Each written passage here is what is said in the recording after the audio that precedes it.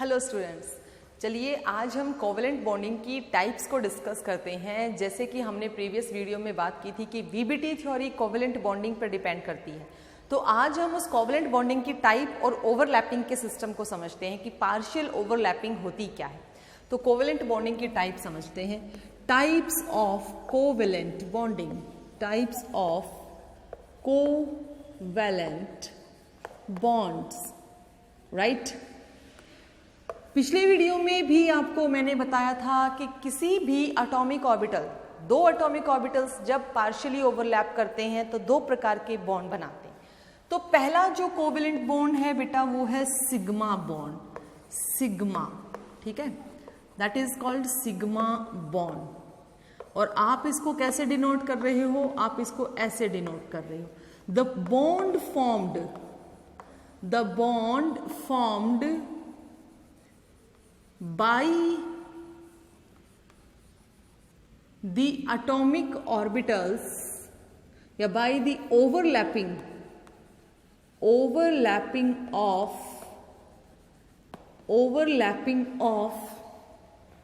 atomic orbitals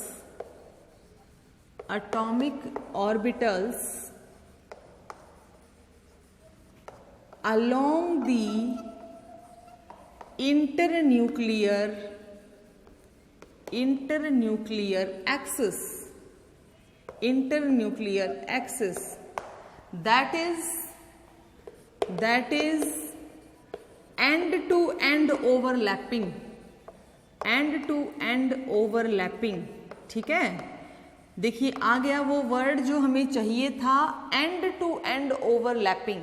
अब ऐसा bond जो ओवरलैपिंग से बनता है, लेकिन ओवरलैपिंग किसके अलोंग होनी चाहिए? इंटरन्यूक्लियर एक्सिस के। और इंटरन्यूक्लियर एक्सिस का मतलब होता है कि आप इस तरीके से जुड़ेंगे कि उसके न्यूक्लियस के, दोनों एटम्स के न्यूक्लियस के बीच में डिस्टेंस कम होने लग जाएगा। इनकी फर्दर टाइप्स अगर हम देखते हैं तो हमारा एटॉमिक ऑर्बिटल SS यानी कि SS ओवरलैपिंग में भी ये नजर आता है। SS ओवरलैपिंग, इसका मतलब ये नहीं है कि ये फर्दर टाइप है, ये बता रहा है कि ओवरलैपिंग दो SS ऑर्बिटल में भी होती है। इसके अंदर आपने एग्जाम्पल भी देखा था H2 मॉलिक्यूल। H2 मॉलिक्यूल के अंदर मैंने आपको बताया था कि देखिए ये S ऑर्बिटल है, ये एक और S एटम है, S ऑर्बिटल है, इसके पास दोनों ऑपोजिट स्पिन के इलेक्ट्रॉन्स हैं, दोनों की ओवरलैपिंग होती है, तो वी गॉट द मॉलिक्यूल। हमें क्या मिल रहा है? हमें मिल रहा है मॉलिक्यूल। हम उस मॉलिक्यूल को इस तरीके से दिखाते हैं, देखिए ऐसे। ये जो सिस्टम है देखिए, इसको बोलते हैं एंड टू एंड ओवरलैपिंग। ये है एंड टू एंड ओवरलैपिंग, यानी कि इंटरन्यूक्लियस के अलोंग, ये इंटरन्यूक्लियर डिस्टेंस है, इसके अलोंग जो ओवरलैपिंग हो रही है वो एंड टू एंड ओवरलैपिंग कहलाती है। तो ये ओवरलैपिंग आपको S ऑर्बिटल और S ऑर्बिटल की ओवरलैपिंग में देखने को मिलेगी, क्योंकि दोनों ही SS ऑर्बिटल हैं, ये भी S ऑर्बिटल है, ये भी S ऑर्बिटल है। तो यानी कि स्फेरिकल शेप वाले ऑर्बिटल्स को हम SS ऑर्बिटल बोल रहे हैं, इनमें देखने को मिल सकती है। दूसरी ओवरलैपिंग आपको S और P ऑर्बिटल में देखने को मिलेगी, इसको SP ओवरलैपिंग बोलेंगे, SP ओवरलैपिंग। एग्जाम्पल हमने इसका पीछे भी पढ़ा था, HF मॉलिक्यूल, यानी एक S ऑर्बिटल होगा और हमारे पास एक P ऑर्बिटल होगा जो एम्प्टी होगा। ये एम्प्टी यानी कि जिसके पास एक स्पिन का इलेक्ट्रॉन हो और इसके पास भी एक स्पिन का इलेक्ट्रॉन हो। जब इनके बीच में ओवरलैपिंग होगी, ये PZ है किसी भी F, ये PZ है आपके F ऑर्बिटल का, F मॉलिक्यूल का, F एलिमेंट का, जो एम्प्टी है यानी जिसको ओवरलैपिंग कर रही है। मैंने X और Y नहीं दिखा रही क्योंकि वो फुलफिल्ड हैं।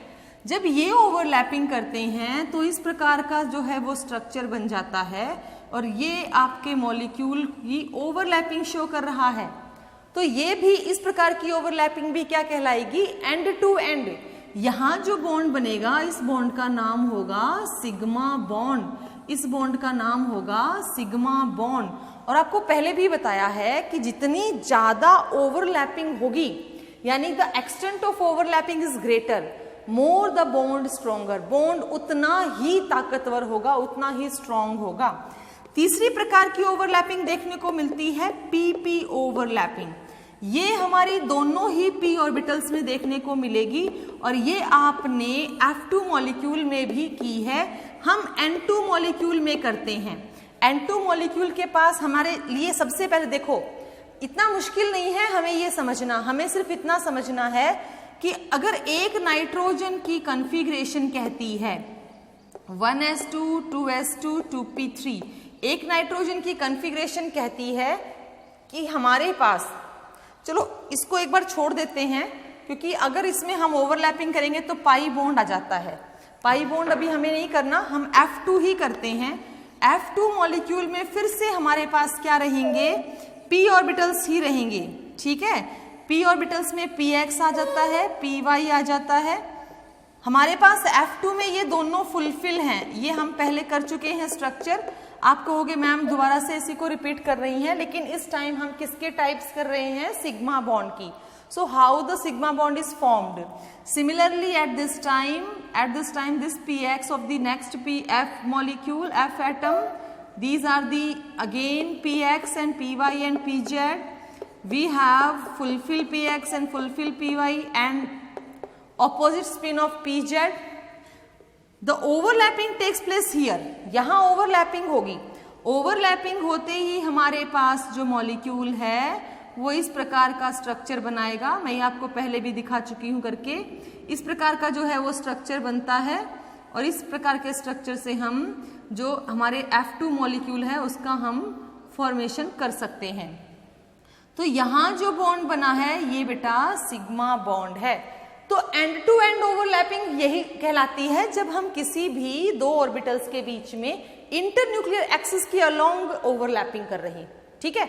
अगर हम इंटरन्यूक्लियर एक्सिस के अलोंग ओवरलैपिंग नहीं कर रहे हैं तो वो सिग्मा बॉन्ड नहीं है। और sigma bond is a quite strong bond, इसको हम स्ट्रॉन्ग बॉन्ड कहते हैं। इसकी बॉन्ड डिसोसिएशन एनर्जी ज्यादा होती है, ठीक है। हम इसकी नेक्स्ट टाइप और करते हैं अभी।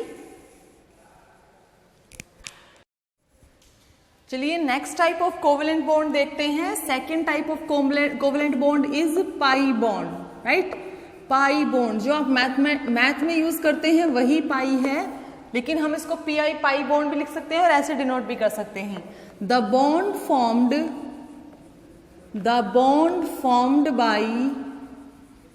Formed by sideways overlapping, the bond formed by sideways overlapping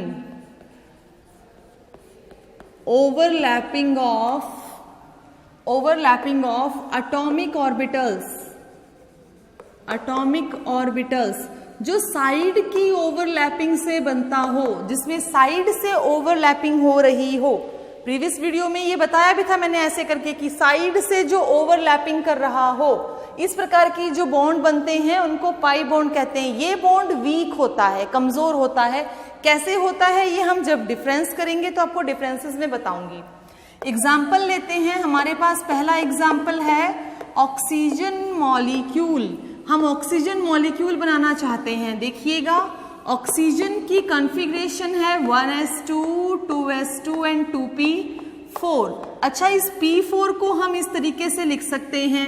p4 में हमें 4 इलेक्ट्रॉन्स दिखाने हैं, px py एंड pz।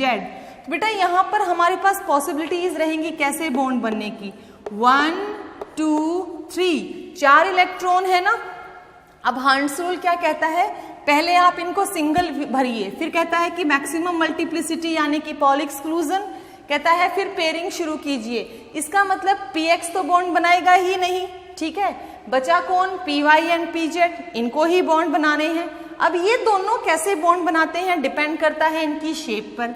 ये हमारा एक ऑक्सीजन मॉलिक्यूल यानी कि एक atomic orbital of oxygen, p orbital है ना, तो वैसे ही बनेंगे px py and pz। This one is your px, this one is your py and this one is your pz। px में दोनों इलेक्ट्रॉन है, py में एक है, pz में एक है।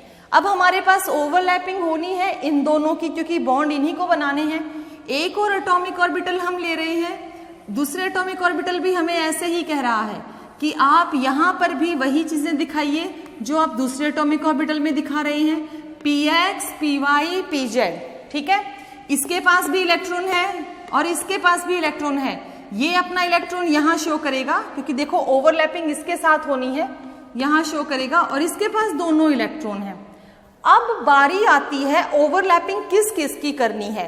देखिए यहाँ तो आपको बिल्कुल साफ समझ में आ रहा है कि ये दोनों एक दूसरे के साथ ओवरलैप करेंगे। कौन सी ओवरलैपिंग करेंगे? End to end. तो यहाँ पर कैसा बॉन्ड बनेगा? सिग्मा बॉन्ड, ठीक है। ये तो सिग्मा बॉन्ड बन गया, बट व्हाट अबाउट दिस? ये दोनों कैसी ओवरलैपिंग करेंगे? मैं इसको अलग से बनाकर दिखा रही हूँ। देखिए ये py है एक ऑर्बिटल का और ये py है दूसरे ऑर्बिटल का, ठीक है। और ये एक्सिस है, एक्सिस पे दोनों प्रेजेंट है, इन दोनों को ओवरलैपिंग करनी है। ये दो इस तरीके से, जैसे मेरे ये हाथ, अब इन दोनों को ओवरलैपिंग करनी है तो ये ऐसे ओवरलैप करेंगे, ऐसे, है ना, साइड से जाकर ओवरलैप करेंगे, एंड से नहीं जा रहे।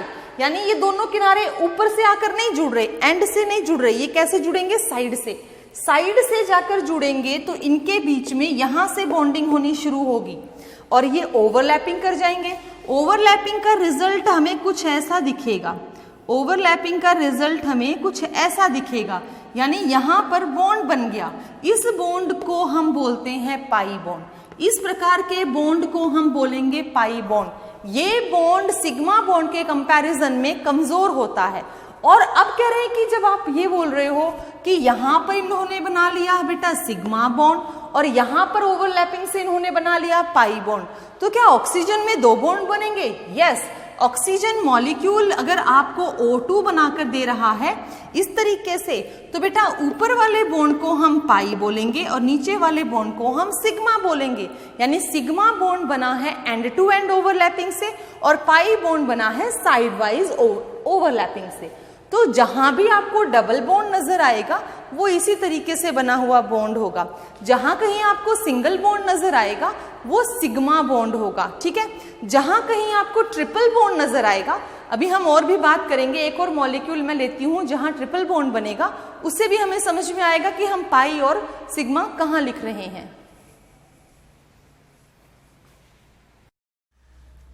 चलिए बेटा एक एग्जाम्पल और लेते हैं। एग्जाम्पल नंबर 2 हमारे पास N2 मॉलिक्यूल का। हमें N2 यानी कि नाइट्रोजन मॉलिक्यूल बनाना है और हमारे पास नाइट्रोजन की जो कॉन्फ़िगरेशन है वो है 1s2, 2s2 एंड 2p3, ठीक है। 1s2, 2s2 and 2p3। p orbital में हमारे पास 3 सब ऑर्बिटल्स हैं, px, px, py and pz। और इलेक्ट्रॉन्स कितने हैं? 3। यानी कि तीनों ऑर्बिटल्स में unpaired electron, single single electron है।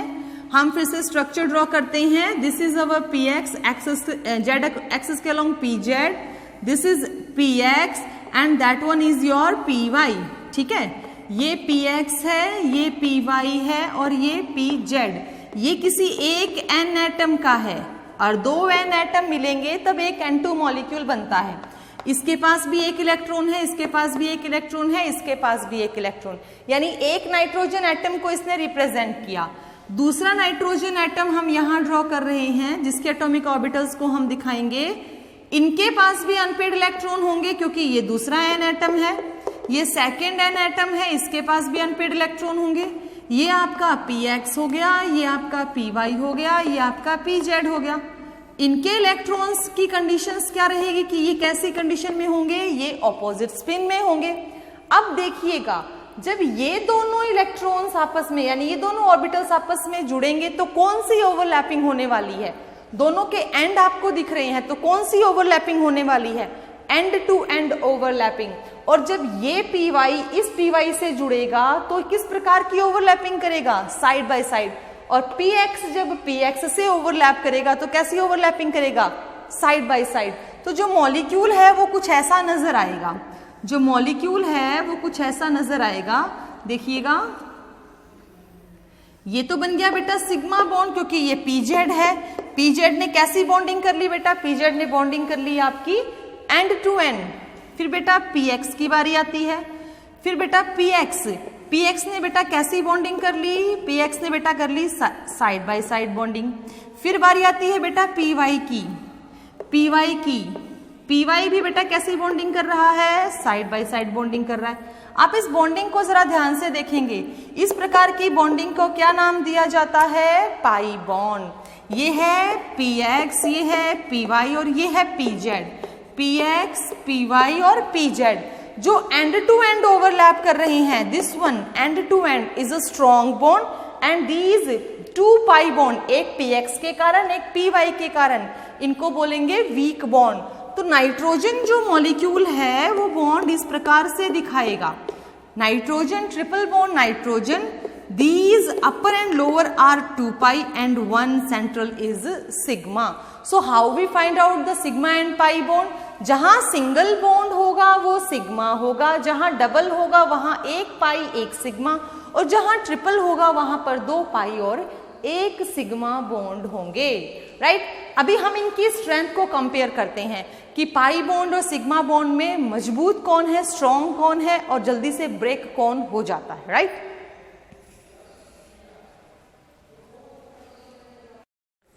चलिए बेटा, वैसे तो हमने समझ लिया है सिग्मा और पाई बॉन्ड क्या होते हैं, लेकिन एक थोड़ा सा डिफरेंस इनके बारे में देख ले, और डिफरेंस में कुछ एक पॉइंट ऐसे हैं जो हमें जानने जरूरी हैं। सबसे पहला डिफरेंस इनकी डेफिनेशन का ही है, sigma bond end to end overlapping से बनते हैं, pi bond side by side overlapping से बनते हैं। सिग्मा बॉन्ड को हम एसएस, एसपी और पीपी ऑर्बिटल्स में भी ऑब्जर्व कर सकते हैं, जबकि पाई बॉन्ड से सिर्फ पीपी ऑर्बिटल यानी कि side by side PX and PY orbital में ही ऑब्जर्व होती है, डी ऑर्बिटल्स में भी होती होगी, ठीक है। क्वाइट लार्ज यानी कि इसका एक्सटेंट बनने का मैक्सिमम होता है, और स्ट्रॉन्ग बॉन्ड है, ये स्मॉल एक्सटेंट तक सिर्फ सरफेस को टच करके ही बनते हैं, इसलिए ये वीक बॉन्ड भी होते हैं, ठीक है। Electron clouds are symmetrical, symmetrical का मतलब होता है कि सिंगल बॉन्ड बन रहा है, ऊपर भी इलेक्ट्रॉन क्लाउड रहेगा, नीचे भी इलेक्ट्रॉन क्लाउड।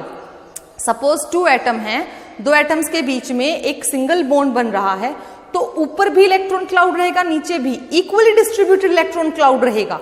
पाई बॉन्ड में ऐसा नहीं हो सकता, क्योंकि पाई बॉन्ड जो बनता है वो आइदर या तो अपवर्ड ही रहेगा या फिर लोअर वन, उसमें दोनों तरफ सिमेट्रिकल इलेक्ट्रॉन क्लाउड प्रेजेंट नहीं होगा, या तो ऊपर की तरफ ही हम इलेक्ट्रॉन क्लाउड ऑब्जर्व करेंगे या फिर नीचे की तरफ। डबल बॉन्ड के केस में हम ऊपर की तरफ ऑब्जर्व करते हैं, ट्रिपल बॉन्ड के केस में हम नीचे और ऊपर दोनों में, लेकिन वहां पर अनसिमेट्री रहती है, इक्वल डिस्ट्रीब्यूशन ऑफ बॉन्ड नहीं होता। फ्री रोटेशन अबाउट एक्सिस, अगर कोई चीज ऐसे जुड़ी हुई है तो हम उसको रोटेट कर सकते हैं। सपोज दिस वन, अगर इसको मैंने ऐसे एंड किया तो मैं इसको ऐसे रोटेट कर सकती हूँ, दोनों आपस में रोटेट करेंगे, टूटेंगे नहीं। ट्विस्टिंग जब तक मैं नहीं करूंगी, जिस भी डायरेक्शन में मैं इनको मूव करूंगी उसी डायरेक्शन में मूव करेंगे, ट्विस्ट करने पर ये टूट नहीं रहे।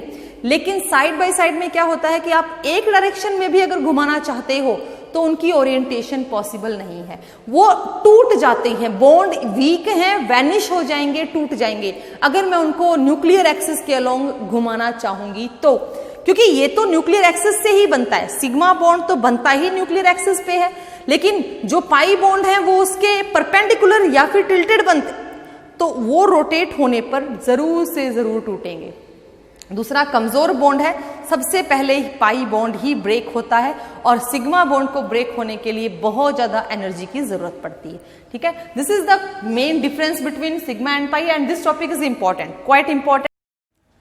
चलिए बॉन्ड के कुछ कैरेक्टरिस्टिक्स पढ़ते हैं। वो बॉन्ड आपका आयोनिक बॉन्ड हो, वो आपका कोवेलेंट बॉन्ड हो, लेकिन हम ऑर्गेनिक कंपाउंड्स में कोवेलेंट बॉन्ड को ही फोकस कर रहे हैं, तो कोवेलेंट बॉन्ड के कुछ कैरेक्टर्स पढ़ते हैं। कैरेक्टर ऑफ बॉन्ड पढ़ना है, वो कोवेलेंट बॉन्ड नहीं पढ़ना। ध्यान दीजिएगा, बॉन्ड क्या होता है, बॉन्ड किसी भी किन्हीं दो एटम्स के बीच में जो इक्विलिब्रियम कंडीशन पे जो डिस्टेंस बनता है उसको बॉन्ड कह रहे हैं। यानी कि इलेक्ट्रॉन लेने देने या शेयर करने से जब दो एटम नजदीक आते हैं तब जो उनके बीच में डिस्टेंस रहता है हम उसको बॉन्ड कह रहे हैं। हमने थर्ड चैप्टर में ये किया भी था कि covalent bond, ionic bond, metallic bond. तो ऐसे ही बॉन्ड मतलब दो एटम्स के बीच के इंटरन्यूक्लियर डिस्टेंस का हाफ, हम उसको रेडियाई बोलेंगे, तो ये बॉन्ड है, ठीक है। Definition of the bond length, तो बॉन्ड की हम कुछ कैरेक्टर्स पढ़ने वाले हैं। वो कैरेक्टर्स क्या क्या हो सकते हैं कि बॉन्ड कितना लंबा है, ठीक है, बॉन्ड को तोड़ने के लिए कितनी एनर्जी चाहिए, बॉन्ड जो है वो एंगल कितना बना रहा है। तो इस तरह के कुछ कैरेक्टर हम पढ़ने वाले हैं। हमारा पहला कैरेक्टर है bond length. The equilibrium distance between the centre of nuclei of two bonded atom. जब दो बॉन्डेड एटम्स के बीच में, ये मैंने दोनों अपार्ट दिखाए हैं बेटा, जब दो बॉन्डेड एटम्स होते हैं, देखिए ऐसे दो बॉन्डेड एटम हैं, इनके बीच में जो इक्विलिब्रियम डिस्टेंस है उसको हम बॉन्ड लेंथ कहते हैं। ठीक है, बॉन्ड लेंथ इफेक्ट यानी अफेक्ट किस किस से करती है, कुछ फैक्टर्स हैं। पहला है साइज ऑफ एटम।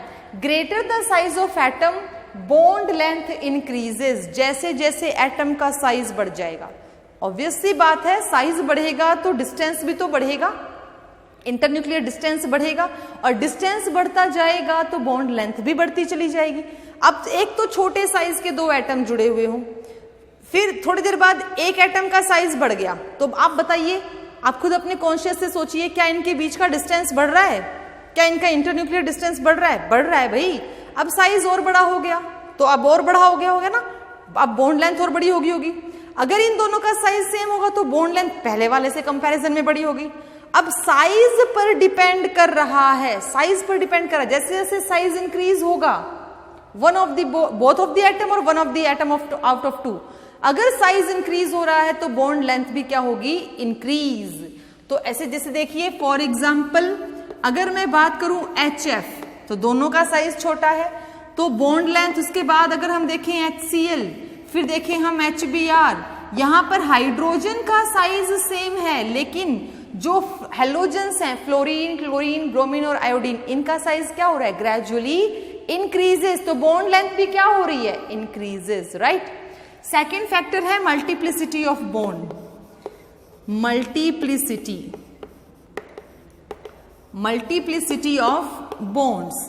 मल्टीप्लिसिटी का मतलब होता है बॉन्ड बनाना, कितने बॉन्ड बन रहे हैं, कैसे बॉन्ड बन रहे हैं, सिंगल बॉन्ड बन रहा है, डबल बॉन्ड बन रहा है, ट्रिपल बॉन्ड बन रहा है। मल्टीप्लिसिटी के अंदर हम देखेंगे bond length decreases, bond length decreases as the number of bond increases, number of bonds increases, यानी सबसे छोटी किसकी होगी? जिसके बॉन्ड ज्यादा बन जाएंगे। देखिए फॉर एग्जाम्पल हम लेके चल रहे हैं कार्बन सिंगल बॉन्ड कार्बन, इसकी बॉन्ड लेंथ छोटी या की बड़ी? बड़ी। Carbon double bond carbon, carbon triple bond carbon, सबसे छोटी बॉन्ड लेंथ किसकी हो गई? कार्बन ट्रिपल बॉन्ड कार्बन की। इसको बोलते हैं multiplicity. More than one bond is formed then it is called multiplicity. जैसे जैसे बॉन्ड नंबर या नंबर ऑफ बॉन्ड इंक्रीज होंगे, वैसे वैसे बॉन्ड लेंथ क्या होती चली जाएगी? छोटी होती चली जाएगी। थर्ड है हमारा हाइब्रिडाइजेशन। हाइब्रिडाइजेशन का मतलब होता है intermixing of two atomic orbitals, sp sp_d, इन एटॉमिक ऑर्बिटल्स की intermixing. Greater the s character, greater the s character, greater the s character, shorter the wave, shorter the bond length, shorter the bond length। अभी आपने ऊपर example में किया, और ये आपको शायद मैंने किसी वीडियो में बताया भी है कि कार्बन सिंगल बॉन्ड कार्बन के लिए hybridization sp3, carbon double bond carbon के लिए hybridization sp2, carbon triple bond carbon के लिए हाइब्रिडाइजेशन sp। यहां पर s कैरेक्टर 50%, यहां पर x कैरेक्टर 33.3% और यहां पर s कैरेक्टर 25%। तो s कैरेक्टर जितना ज्यादा होता चला जाएगा, बॉन्ड लेंथ उतनी क्या होती चली जा रही है? छोटी, शॉर्टर। ये कैरेक्टर मल्टीप्लिसिटी से ही मैच करता है। s कैरेक्टर जैसे जैसे इंक्रीज हो रहा है, वैसे वैसे बॉन्ड लेंथ डिक्रीज हो रही है। यहां से हमने एक फैक्टर इलेक्ट्रोनेगेटिविटी की थी, अगर आपको याद हो, sp is the more electronegative hybridization state in this molecule. ठीक है, अब हम सेकेंड बॉन्ड पैरामीटर देखते हैं। चलिए बेटा नेक्स्ट पैरामीटर या नेक्स्ट कैरेक्टरिस्टिक्स ऑफ बॉन्ड देखते हैं, बॉन्ड डिसोसिएशन एनर्जी। पहले मैं क्लियर कर दूं ये एनर्जी है क्या।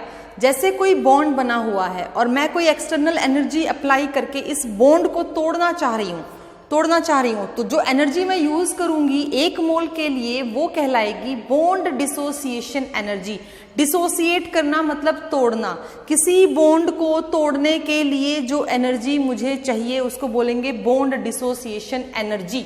The amount of energy required to break 1 mole of bond into its constituent gaseous atoms is called bond dissociation energy. Rememberize? अच्छा, कौन कौन से फैक्टर हैं जो इस एनर्जी को इफेक्ट करते हैं। देखिए बॉन्ड लेंथ, छोटी सी बात आपके समझ में आनी चाहिए। अगर आप दूर दूर बैठे हैं, पहले से ही आप दूर दूर हैं या लंबी चीज से जुड़े हुए हो, तो कोई भी उसको आसानी से तोड़ सकता है, सीधी सी बात है।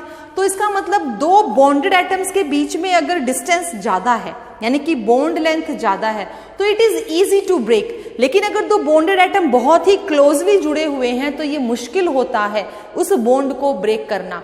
तो as the greater the size बड़ा होगा तो बॉन्ड लेंथ बढ़ेगी, उतनी ही कम एनर्जी हमें चाहिएगी बॉन्ड तोड़ने के लिए। तो बॉन्ड लेंथ जो है वो इनवर्सली है, साइज बढ़ा बॉन्ड लेंथ बढ़ी तो बॉन्ड एनर्जी घट गई। सेकंड है मल्टीप्लिसिटी ऑफ बॉन्ड। मल्टीप्लिसिटी का मतलब होता है नंबर ऑफ बॉन्ड, 1 2 3।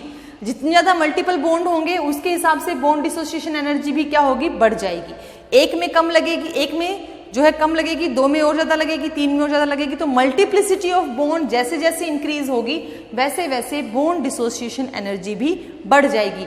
ध्यान देने वाली बात है, कार्बन सिंगल बॉन्ड कार्बन को कम एनर्जी चाहिएगी, कार्बन डबल बॉन्ड को उससे ज्यादा और कार्बन ट्रिपल बॉन्ड को उससे भी ज्यादा एनर्जी लगेगी बॉन्ड ब्रेक करने में। लोन पेयर ऑफ इलेक्ट्रॉन, ये एक बहुत इंपॉर्टेंट पॉइंट है, लोन पेयर ऑफ इलेक्ट्रॉन।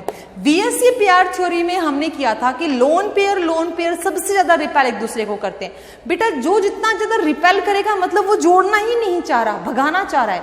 तो बात सोचने वाली है, जितने ज्यादा लोन पेयर होंगे वो पहले से ही क्या बैठे हैं, इस उम्मीद में बैठे हैं रिपेल करो इसको, भगाओ इसको। तो जो भगा रहा है उसको तोड़ना तो बहुत आसान हो जाएगा। तो इसीलिए जितने ज्यादा लोन पेयर किसी बॉन्डेड एटम के पास प्रेजेंट होंगे ड्यूरिंग द मॉलिक्यूल या बॉन्ड फॉर्मेशन, तो उसको तोड़ना उतना ही आसान हो जाएगा। अब जरा देखो, greater the number of lone pairs present on bonded atom, greater is the repulsion. As हमने क्या किया था, lone pair repulsion is maximum, ये पढ़ा था ना बीएससीपीआर में। So less is bond dissociation energy. तो जितने ज्यादा लोन पेयर उतनी एनर्जी कम लगेगी। जितने कम लोन पेयर, देखो N2 मॉलिक्यूल बना, 3 बॉन्ड बने, है ना, मल्टीप्लिसिटी वाला फैक्टर भी यहां पर आ गया। लेकिन लोन पेयर भी कम है, इनके पास एक ही लोन पेयर है। फिर हम ऑक्सीजन के पास आते हैं, डबल बॉन्ड बना, 2 लोन पेयर आ गए। फिर हम फ्लोरीन के पास आते हैं, सिंगल बॉन्ड बना, 3 लोन पेयर आ गए। लोन पेयर बढ़ गए लेकिन बॉन्ड एनर्जी घट गई और मल्टीप्लिसिटी भी कम हो गई। यहां पर लोन पेयर 2 है, मल्टीप्लिसिटी डबल बॉन्ड है, यहां पर एनर्जी इसके कंपैरिजन में थोड़ी ज्यादा लगेगी और यहां पर एनर्जी सबसे ज्यादा। मल्टीप्लिसिटी का फैक्टर भी है और यहां पर लोन पेयर का फैक्टर भी है। तो ये 2 पैरामीटर्स हमने किए, 2 कैरेक्टरिस्टिक्स हमने की, bond length and bond dissociation energy. ऐसे ही एक थर्ड पैरामीटर और है, वो भी देख लेते हैं हम।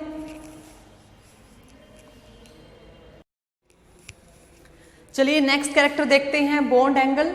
एंगल क्या है, 2 सेगमेंट्स लाइंस जहां जुड़ती हैं वहां पर जो एंगल बनता है उसी को बोलते हैं ना एंगल। हम मैथ्स में पढ़ते हैं, जैसे 2 लाइन सेगमेंट्स हैं जो एक अपोजिट एक पर्टिकुलर डायरेक्शन में जा रहे हैं तो हम उसी को एंगल बोलते हैं। ऐसा ही हमारे साथ भी होता है, हमारे यहाँ पर इन लाइन को हम बॉन्ड बोल रहे हैं जिनकी एक पर्टिकुलर डायरेक्शन होती है।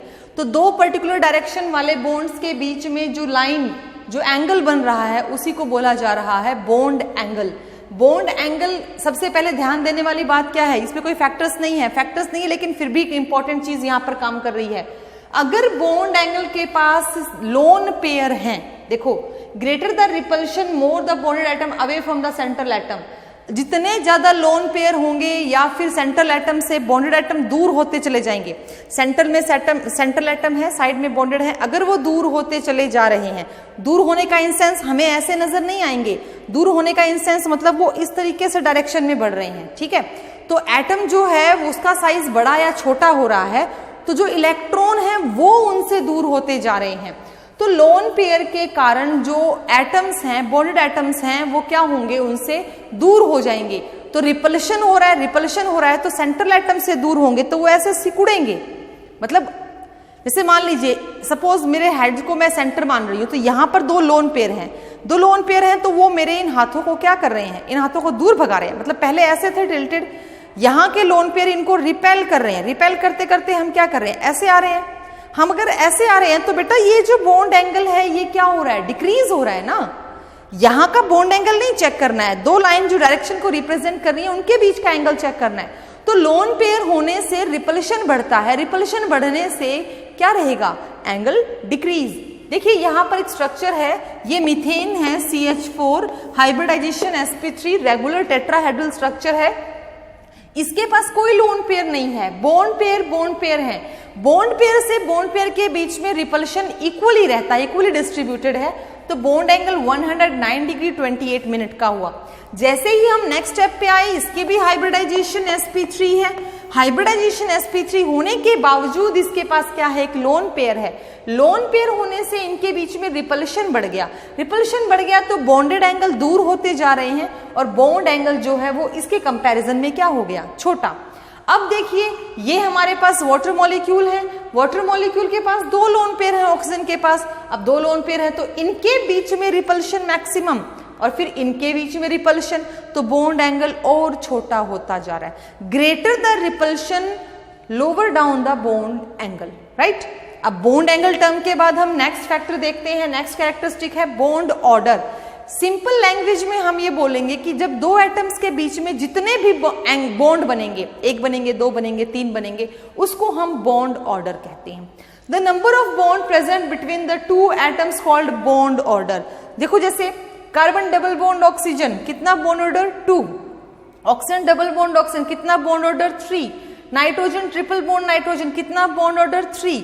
अब बेटा मान लीजिए कोई पॉलीएटॉमिक मॉलिक्यूल है जिसके अंदर दो अलग अलग तरह के बॉन्ड बन रहे हों, कोवेलेंट और कोऑर्डिनेट, तो बॉन्ड एंगल या बॉन्ड ऑर्डर निकालने में थोड़ी दिक्कत आती है।